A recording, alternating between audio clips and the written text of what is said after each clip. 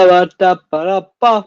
But that's copyright, that. Good morning, good afternoon, good evening, wherever you're in the world. Welcome to episode 64 of Monorail Memoirs. Today we're going to talk about our Walt Disney World wish list, what we think Disney should build next. There's no rules here. There's everything from complete fantasy to minutiae detail. Before we get into it, I realised for the last couple of weeks I haven't done this. Lauren, how are you?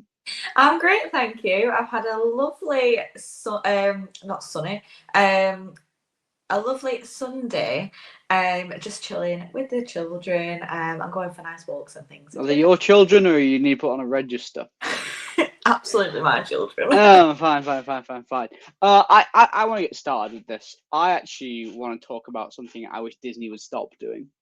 I want Disney to stop building hotels. Oh. So, if you think about the amount of people that go to Disney, a significant percentage of those are staying on Disney property. Now, this all started with Michael Eisner basically being like, we have all this land. There are people who are going and staying at hotels elsewhere. Why would they do this? And so they tried to bring it all in-house by making obviously a lot of the All-Stars and what have you, which was designed to be at that price point. Then, quite famously, when Bob Iger, when he was CEO, was giving Steve Jobs a tour of the Art of Animation, which is going to be the new one, Steve Jobs didn't get it. He was like, why would anyone want to stay here? But Bob Iger was like, you got to understand, these is people, we're pricing this at $100 a night. $100 a night. You're not getting that anywhere anymore. And so, Lakeshore Lodge is being built, which, yes, is another DVC place. Cool. Thanks for me. You've got to consider that the Island Tower for the Polynesian, I just don't think it looks right. I just wish they would stop building hotels. That's an interesting take. I think I agree to an extent. I think there's enough hotels for people to stay at, to go around. I think there's enough themes. I think there are obviously varying price points. So obviously it's not accessible to everybody, but it's accessible to the majority of people who want to go to Disney, or who do go to Disney. I don't know what else they could build in terms of instead of hotels. No, in terms of a hotel. Like what? What other theme? Yeah, literally, we've gone everywhere. Well, the obvious one is copy what they've done in Paris and do Marvel. That's it. The only problem you have with Marvel is I'm sure that some people are tracking. There's this strange rule about east of the Mississippi because Universal Orlando's got the rights to some of the characters. And okay, that's messy. That I understand. But they've got the IP for so many different Marvel superheroes. You could absolutely do that in central Orlando if you wanted. But I don't know whether or not it fits in with the whole Disney aesthetic. I don't know. I think one of the things that Disney does well with their hotels, this isn't a Disney hotel episode. One of the things Disney does well with their hotels is different ones have different levels of theming. I looked at the Grand Floridian, for example. The room refurb has been done to the second Mary Poppins film, which nobody's watched, but it's sufficiently subdued that it's not overly in your face. Same with Animal Kingdom Lodge as well, actually. Compare that to Art of Animation, where the driver is literally to try and have all these different characters so young children can resonate with it and feel like the hotel is part of the wider Disney experience. So, that's more for that age demographic and that category of visitor, and that's fine. I'm obviously in a slightly different boat. When you consider things like Saratoga Springs, there's little bits of theming, but for the most part, it's just a generic hotel. Yeah, and I quite like that in terms of repeatability. I feel like when you maybe going for the first time or something like that, you think, I just want to be in Disney. I want to do everything Disney. It needs to be splashed with Mickey's face all over it. When actually you've been going a few times and you're like, actually, I just want to have a nice relax. And it's hard to relax when everything's really bright. I do feel like Saratoga was very good for that. But that's true. Right.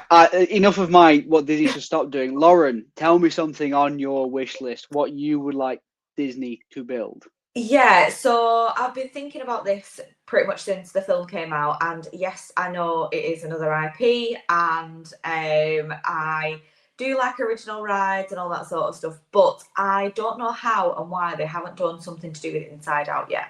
I think there's so much that you could do in terms of Inside Out. I'm thinking, you know, like a sensory area, you know, a bit like what they've tried to do with Moana, Way of Water.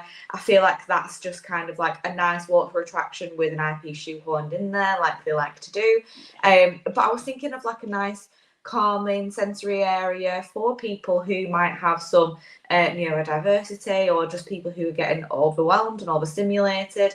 We talked last week a little bit about where we go to relax and recharge, and this is kind of where the idea sprouted for me, because the places that I were finding weren't actual places to relax and recharge. You know, they weren't designated areas. They were just kind of, oh, I've happened upon this and I like it here.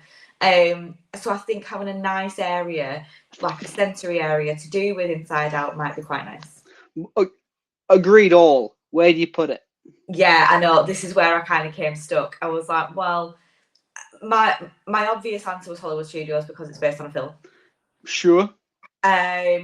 I felt like it didn't really fit into Magic Kingdom. It's not the kind of original feel that the Magic Kingdom likes to have. Obviously, it's nothing to do with Animal Kingdom. And I feel like it wouldn't really fit into Epcot. I don't know. No, and actually, you just touched on something interesting that I hadn't considered. That Magic Kingdom, whilst has IP, I'm trying to think, a lot of it isn't. The most recent, of course, would be Tiana's Bayou Adventure in terms of most recent IP. And yeah, okay, there was Stitch's Great Escape, Monsters Inc. Laugh Floor, obviously Buzz Lightyear. But I think for the most part, a lot of it is the old school Dumbo, Aladdin. But It's a Small World wasn't IP originally, but sort of has become it. Peter Pan's Flight, for example. Like, yeah, I hadn't really considered that. So you're right, it doesn't fit in Magic Kingdom. I think you could easily put it somewhere in Epcot, though. There's got to be. So, I mean, heck, even if you just use the Wonders of Life Pavilion, and stick it in there, but then again, you have to have that open year round, so limited options. No, that's fair. I got another one. One thing I think Disney should build next. We've talked about the fifth gate before. I think Disney dropped the ball on this with Galaxy Edge. I think Galaxy Edge was a great idea, but the problem that you've got is the demographic, age demographic, as well as interest demographic that you are aiming at for Star Wars are not interested in Minnie and Mickey's Runaway Railway. Like, the fan base overlap for that by default is actually quite small. I maintain Disney should have and still could make a fifth park entirely Star Wars. The hotel didn't work though. No, right, but it wasn't a hotel. It wasn't a hotel. Well, it was a 2 to 3 day cruise that you didn't go anywhere experience where you were encouraged to dress up. The actors were all part of the story. It didn't work as well because it was costing $2,000 a night. Yeah, that is true. But I feel like basing a whole park off one series, really, because it's like a series of films, is just films, TV shows, books. I mean, like the Star Wars universe is deep. Outside of Marvel and DC, I cannot think of any other franchises that have got the same depth, both in terms of characters, timeline, story arcs. I genuinely think you could do an entire fifth park, and let's face it, you're not, please excuse the pun, you're not going to do the Mickey Mouse version of it. You're going to aim it at the hardcore, dedicated Star Wars fans. And you know what? Will it have the same attraction as other parks? I don't necessarily know if it would, but I can't see it being a loss on the balance sheet. It would. I don't know. You know, I wouldn't go to it personally. No, but you say that. If you buy a Disney ticket that's got the park hopper options and you're there, are you going to be like, yeah, we're not going to go? I mean, possibly not. So you would actively avoid a fifth park if it's Star Wars? I mean, I'd obviously experienced it one time. Right. But I just feel like basing a whole park off one set of films, series, whatever you want to call it, is just not smart at all. All I'll say is, tell that to Universal and the Wizarding World of Harry Potter. Tell that to them. But that's not It's like split across 2 parks. Split. Well, 3 now. Well, exactly. That's how big it is. They've actually have to put it across several parks. You're not telling me that hasn't worked. Yeah, but they've got other things with it. So I think to put all your eggs in one basket, like we're having a Star Wars park, I don't think that would work. I disagree. I would. Go on then. Your turn. Since we can't come to an agreement on the Star Wars park, what should Disney build next? So I was thinking about in Magic Kingdom. I know how they've got Fantasyland, which is great, but I feel like the princess stuff and like the fairy tale-y stuff is kind of dotted about here, there, and everywhere. I think it would be quite nice to have it all like in a one area, like just off the park. You know, like it's still the same park. I'm not saying that princesses and princes and all that sort of stuff has like their own park, but I was thinking like Bippity Boppity Boutique could go there. The meet and greets for the princesses. You could have a couple of rides there. You could have like a really nicely themed restaurant. You know how they have it in the castle now. They could, you know, do something like that. I don't know. I just feel like having a whole like prince and princesses area would be really cute. Is that not what Fantasyland is, though? I don't think it is though, because it's got other things put into it. You know, like Peter Pan, Dumbo. Yeah, okay. Like the Friar's Nook, Winnie the Pooh. Yeah, okay, yeah, that sort of stuff. I mean, like literally a fairy tale kingdom, and you go in, you know, a bit like Toontown was, and then you go into the kingdom, and okay. You know, like you're welcomed by the princesses, and you know, like stuff like that. I just think it would be dead cute. I'd love to be welcomed by a princess. You are every day with your wife. Oh, I thought you were calling me a princess for a second. I was gonna be like, okay. But moving on then, I've got one that I think is quite interesting. I would love to see an expansion of the monorail. Oh, okay. You could bear it in mind, Epcot and Hollywood Studios are not that far apart. We've ran it. Yeah. As part of the springtime surprise. They're not that far apart, and I know they've got the Skyliner now, and so maybe this is a redundant argument. However, I would still like to see a dedicated monorail line to Hollywood Studios. You can't do Animal Kingdom because the animals and get disturbed and completely understand. But expanding the current monorail system to afford to be able to go to Hollywood Studios, I think that's yes, it costs so much money and the Skyline is cheaper, but I still think they should do it. From the Ticket and Transportation Centre, and you can go to Magic Kingdom, Epcot, and Hollywood Studios, or just. I'm getting Google Maps up one. Or just Magic Kingdom, Hollywood Studios. I'm getting Google Maps up. The reason why. Go on. I get your point with kind of the connection, and I would love to see that, and it would make sense to me because then your Disney travel isn't, oh, you can get this and you can get that and you can get this. It's literally just the monorail. But if your argument is to connect places, it wouldn't connect any more than it already is connected, I don't think. So put it this way, it's about 6 miles apart, just under. Oh, to give you an idea. So that is a lot of monorail track. I accept there's a lot of monorail track, but I just think it would be a nice addition. It's actually further apart. But here's a different argument though. Allow me to make a different argument. The distance between Epcot and Hollywood Studios, as in where the current Epcot monorail is to Hollywood Studios, is about 1.5 miles. Oh, okay. Yes. So we're just okay. So yes, you would be able to go to the TTC, but you have to go via Epcot. Yeah, you'd like daisy chain it.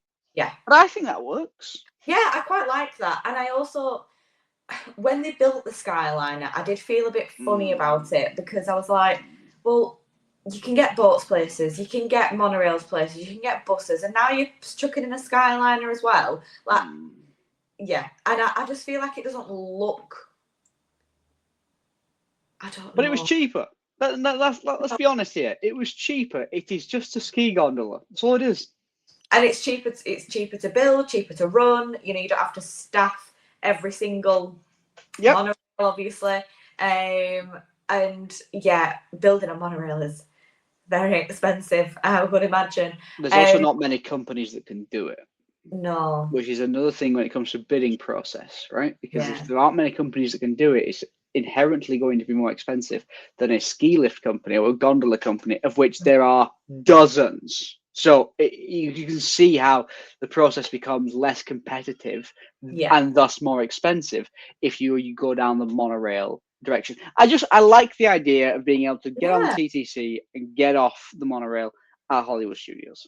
Yeah, I like that idea too. Yeah, I'm on board with that. Okay, good. All right, do you have anything else? I did have one more. Go on. It's not kind of like an addition, but it is a revamp. I want them to just revamp the Blizzard Beach, you know, the water parks. I think they've really not been touched that much since they kind of came about. I just think everything's looking a bit tired and a bit old. If they just shut it for a good 12 months and just revamped it, it would be so much better, because now you've got competition with the Universal Volcano. Bay. You know, when you see the things that they can do, and then you look at Disney's, you're like, and I mean, even so, a couple of my friends from work, they're kind of planning on going, and one of them is currently there right now. They were saying, "Oh, what about the water parks? You know, I know there's water parks," and I was like, I wouldn't bother, if I'm honest. I wouldn't say I wouldn't bother, but yes, I accept Volcano Bay, which is Universal's response, is newer, flashier, shinier, bigger sort of thrills aspect. Yes, but I wouldn't say that Typhoon Lagoon and Blizzard Beach aren't worth doing. No, so sorry, I should clarify. They had joint tickets for Universal and Disney, and so I was saying Volcano Bay all the way. If you're going to do a water park, do Volcano Bay. I mean, I've never done it, but from the videos and the reports, it looks amazing. And yeah, I just feel like it's just getting a bit tired now, and I think that it needs a bit of an injection of money.